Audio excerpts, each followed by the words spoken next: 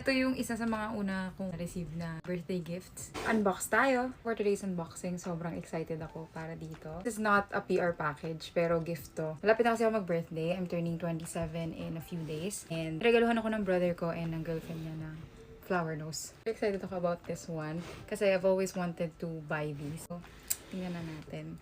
Ayan siya. 1, 2, 3, 4, 5, 6, 7, 8, 9. Una is this one. Ganyan yung itsura niya. Lagay na lang natin ng ganyan. Uy. From different collections to pero majority ay galing doon sa pinaka-recent nila, which is yung seashell na collection. So, eto na siya, guys. Nilagyan niya ako ng 2 puff. Tapos ito yung pinaka-gusto ko. Lahat ng lumabas na flower nose na bagong collection nila. Yung blush and ganyan siya, guys. Tingnan nyo naman. Like, look at that. Sobrang ganda. Binigyan niya rin ako ng...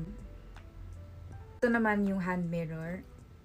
Ganyan siya. Harap. Tatanggalin ko na lang yung sticker niya later. Ito ay Cloud Lip Cream. So, tingnan natin yung shade niya.